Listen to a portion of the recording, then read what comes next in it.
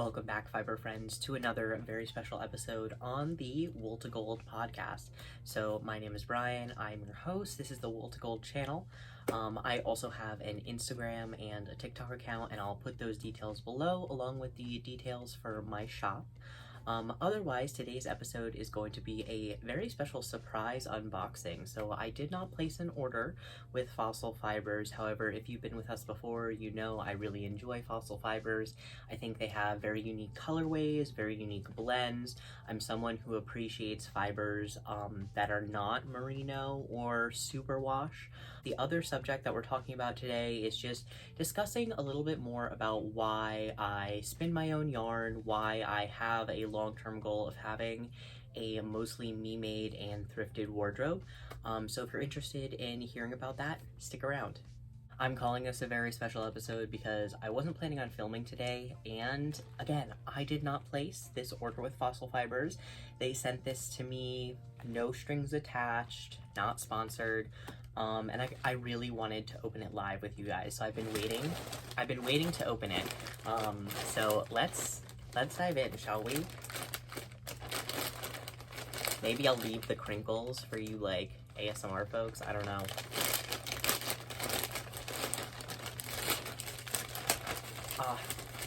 Their packaging is always so cute.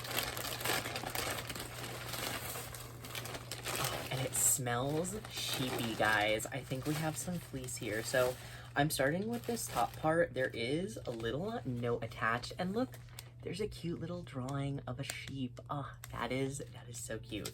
All right, let's open it up. Let's read our note. Hope this reaches you safely. I caught your YouTube episode for your breed study and saw you had purchased the learning kits for teaching. Enclosed is a donation of the alpaca wool blend farm roving. Yay for your spinning classes, along with his hopefully 2 breeds that I have yet to try. I haven't scoured these fleeces myself yet, but I hope to share something new and look forward to your insights. You've done a wonderful job with your content discussing fibers with clear information, and I've been enjoying them. Oh my gosh, that is so wonderful. Oh my gosh. Corey from Fossil Fibers. So I had no idea that Corey from Fossil Fibers, like, watched my content or had any idea of who I was. So that's amazing. That's so exciting. Let's open this up. Let's see what we got. Alrighty, so first, I really admire Fossil Fibers packaging because they too are a small business, and I would really like to upgrade my packaging to something similar. So they have these wonderful tags, and then they do the handwritten stuff on the back. So materials, Swedish Varmland lamb's wool. Okay, so for sure, right off the bat, I have not tried this yet. Let's open it up. Let's see what it looks like. This might finally motivate me to actually crochet this idea I've been thinking about. So I want to make another hammock, but instead of it being like a traditional triangle shape like these that I have hanging, and you can't see the one in this corner of my room, but I have 2 of them, and they hold a nice amount of fiber, but I'd like one that's more like kind of banana shaped. You catch my deal?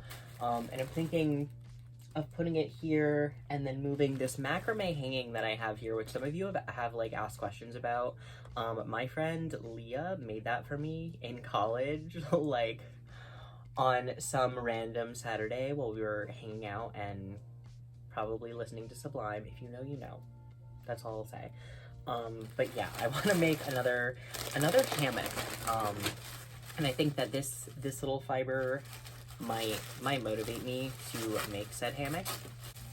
I'm terrible at opening things aesthetically, but I'll hold it up so you can get the pic, because I think this is what was smelling so sheepy on the top.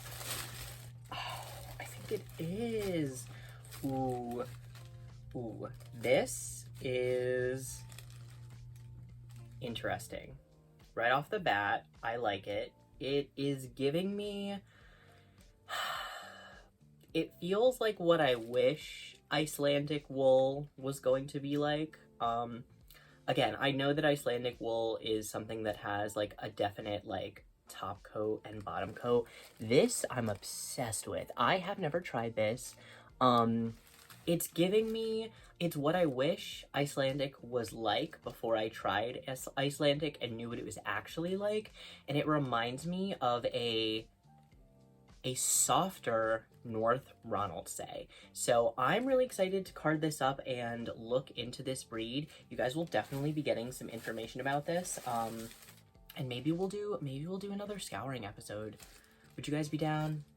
Doesn't really matter. I'm probably gonna bring you along for another scouring episode all about this beautiful fleece here. Look at that color too. This is definitely the kinds of browns that I'm a big fan of, which is to say, like, kind of tonal browns that have a lot of dimension to them. And it smells so good. It smells like a healthy sheep. We've been having like very strange weather here this winter in New Jersey because like climate change. And so it smells like spring outside again today, even though it snowed 8 inches probably 3 days ago. It's all melted, it's all gone because it's 50 degrees outside and the sun is shining and it smells like spring. So spring vibes in here though. This is a beautiful fleece. Okay, so if I have any Swedish followers, please, I am so sorry for the way that I pronounce these. Correct me in the comments. The next wool that we have here that I believe is also a unscoured sample and unscoured sample, grammar Brian, is Swedish Helsinge. So again, I'll put the spellings below. But let's unravel this. Let's see what we got. Ooh. This one is also very much in my color scheme. So this is like a dark gray, black kind of color. Also delightfully sheepy smelling. You know what I think is interesting too? Like different lanolin from different countries. I've noticed especially like different sheep from different countries smell different. And I feel like maybe to some people, you're gonna be like, duh, of course they smell different, they're different animals. But I'm someone who, like, I consider myself like a dog connoisseur. I like different dog breeds, and I find that like dogs smell like dog, you know?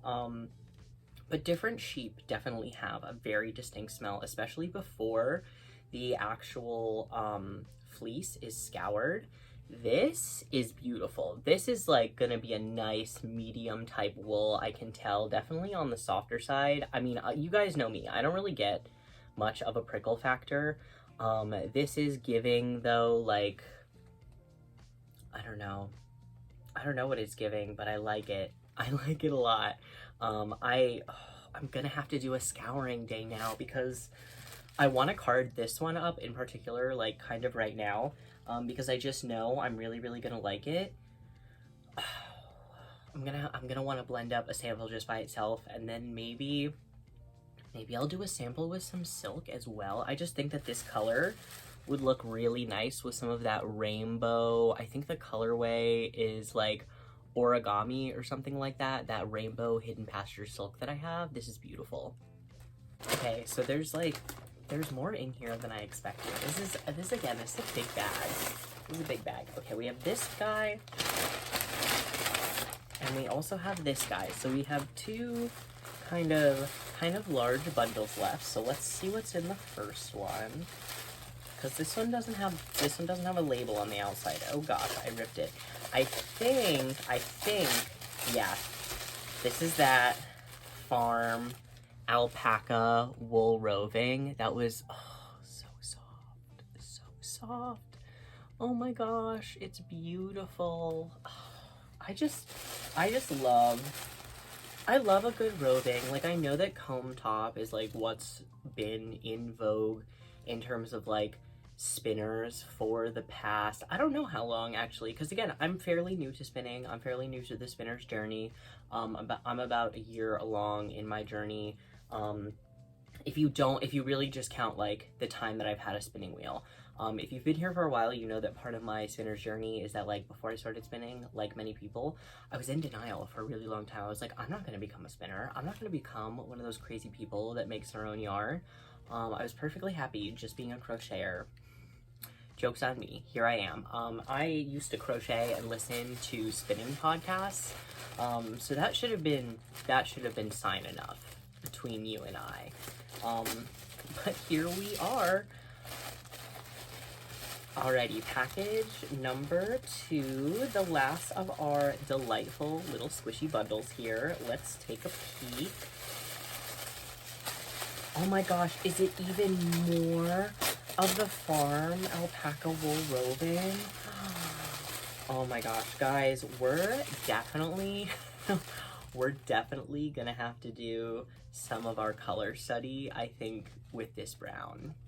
What do we think? I think this will be part of the color study. And this is I just think this is really good teaching roving between you and I, especially for people who, again, they want that like merino softness, but you don't want to start them on merino because the staple length can be frustrating. I think this would be a wonderful introduction. Look at that. That's gonna spin so easily. I bet this is gonna spin like butter, like no frickin' problem. I wonder, I didn't even ask what the other wool that it's blended with, but I'm assuming it's some type of like definitely lower micron, medium type wool, just because it does spin like butter. I'd be really surprised to hear that it was like a true fine wool, but maybe I'll eat my words. Maybe it's something slightly longer. I don't know. Like a BFL, that might make sense. Maybe it could be blended with a BFL, but it doesn't have that BFL look to it. I don't know. It doesn't have that same BFL luster, you know what I mean? Anyways, this was wonderful, an absolute delight, such a wonderful little treat to receive, especially because the weather has been so dreary here. Thank you again, Corey from Fossil Fibers, and if you guys want to go check out Fossil Fibers, I'll put their link below. They did just drop, I believe it's a Hobbit series of dyes, which I like never read The Hobbit. Don't come at me. I'm not that kind of nerd, you know what I mean? And so, but a lot of the people that I know and love are. So they have a Hobbit dye series, and they also, I think, still have a few openings for their subscription series. The cottagecore one is filled. It's closed. Unsurprised. Again, Fossil Fibers has unbelievable dyes. So if I was going to get a subscription service, which, like, you guys know I'm not really about the subscription services, even when it comes to fiber, even if I think I'm going to use it in some way, shape, or form, it's just not really my like style. But if I was going to trust somebody with like a mystery subscription service, it would probably be the folks at Fossil Fibers, because even the colors that like scare me and I don't usually like, when they dye them over there, they're amazing and I'm obsessed with them. So that's all I have to say. Again, thank you again.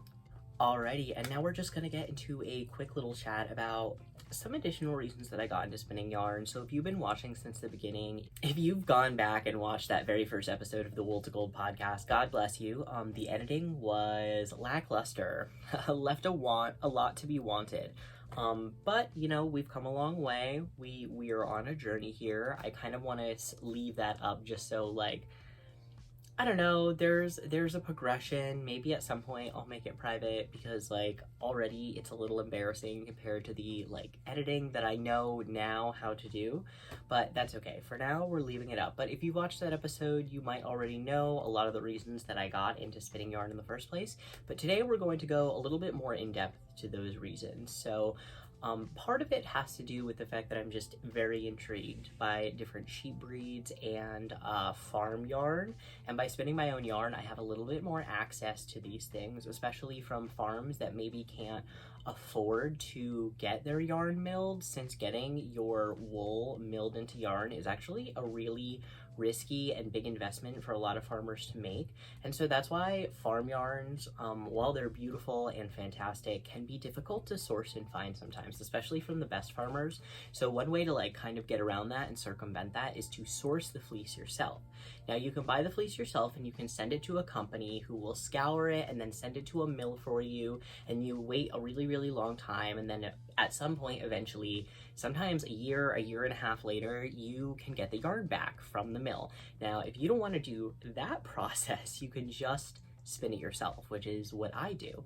It gives me access to a lot more farm yarns. It gives me a chance to spin them exactly the way I want. So again, I am a big farm yarn connoisseur. I absolutely love them, but one of the problems with farm yarns is a lot of the times, if your favorite farm does offer a yarn, they will more than likely only offer it in like 1 or 2 weights, more than likely, and a handful of probably natural colors. Maybe they might offer some dyed colors, but with farm yarns, a lot of the times, if you want it dyed, you need to buy the white base and dye it yourself, which I have done before. That's really the only time that I've ever dyed yarn in my life. So again, by spinning it yourself, you can dye the fiber before you spin it, dye it in the wool. If you want to, you can blend together 2 different fleeces to get sort of a gradient of browns to blacks, or, play with color in that way. Essentially, by spinning your own yarn, you just have access to a lot more of these farm yarns, and you can customize them to your exact needs, which was really, really appealing to me. But another reason that I'm really into spinning my own yarn is also because I am just definitely a person who promotes the slow fashion movement and a more sustainable fashion movement. So as of right now, most, if not really all of my wardrobe, except for pieces that like people bought for me as gifts, are thrifted. So that's been kind of a long-term goal of mine. I really want to have a low to no impact when it comes to textiles. I just feel like a lot of the fashion that personally I want to wear already exists on this planet. I don't need to go buy it new from like the mall or any sort of commercial retailer. I can just go to a secondhand shop or a reseller or something along those lines and get it secondhand. Now, one way that I can take these secondhand clothes and kind of make them more modern, or if I want to make something that is on the trendier side, because if I am gonna, buy into a trend that I know might go out of fashion in like a very short amount of time, I think it's even more important that I go and like try to make it myself or source it secondhand. And so one way that I have been able to do that is by upping my hand sewing skills and by making my own textiles and making my own clothes, which is part of the reason that I got into crochet. I really wanted more me-made sweaters, more me-made cardigans. We're definitely still on that journey, especially because I am definitely in my accessories era when it comes to crochet. I think though that all of this is kind of working up to something bigger, right? I'm really trying to solidify my crochet style before I invest all of the yarn into a sweater. But I am spinning for a number, honestly, I'm spinning a number of sweater quantities of yarn right now, or at least I have a number of them kind of on my docket in the background. And so while I'm kind of working my way to that, I am discovering what in crochet I really like, and what I like is definitely more unique designs, definitely kind of free-handed stuff. The lichen, mushroom, mossy designs have really been enchanting me, and I think I'm gonna keep messing around with those before I really jump into making those sweaters. That being said, that is sort of my long-term goal. I would really like to have an almost entirely thrifted and me-made wardrobe. And now that I have been finally getting into my mending journey and finally getting more into hand sewing, I'm really, really excited to see where that's gonna go already. I have a sweater in my collection. It's just this plain gray sweater that I thrifted. I really like it. I would like it more if it had just like the tiniest bit of embellishment, just something that makes it a little bit more me. And so I've been really looking into some simple like hand sewing, visible mending designs that I might be able to add to that. I'm not going to lie, I've been very tempted to go back to Joann's while the sale is still going on and get more of this upholstery thread. So one of the reasons that I think I previously was not a big fan of hand sewing, and I don't know why I didn't think of this before, right? Because as a fiber artist, as somebody who crochets, I definitely think that sometimes the crochet experience can be more or less enjoyable because of the yarn that you use. Now that I've like crocheted a fair amount in my life, I'm willing to push through certain materials for the end product, right? Like linen and cotton blends are not always a joy to use, especially on my hands. However, the end product is well worth it because when they're worn in, they're so soft and the fabric just can't be beaten when it comes to linen. So it's worth it, right? That being said, with hand sewing, I've always kind of opted to go with like whatever thread was hanging around the house. A lot of the times this was like vintage cotton or polyester from my grandmother's collection because she was a really big sewer, both like a hand sewer and like a machine sewer. And so I was hand sewing with a lot of these and I was just not enjoying the process for whatever reason. And recently I saw that all of the like embroidery thread was on sale at Joann's, and I saw some of these colors that were really enchanting me, and they were specifically in the upholstery thread section. Now, just by looking at this thread, I could tell that it was like thicker and hardier. And I think the first one of the group that I used it's 100% nylon. It's the Coates & Clark upholstery. It's about 150 yards. This is the green. I used it on my pants. Absolutely loved sewing with this. Sewing with this was an absolute joy. I can't wait to do it again. I can't wait to have to fix something else in my wardrobe again. I've never said that before in my life. I usually really hate hand sewing, so I've been tempted to go back and pick up a few more colors in the like threads and the types of threads that I like, so that I am more motivated to do hand sewing in the future and just again make more progress on making each piece in my wardrobe me made in some way, shape, or form. I'd like to take every thrifted item essentially that I have, not every single one, but a large portion of them, and add a little bit more pizzazz, a little bit more zhuzh, because I like them.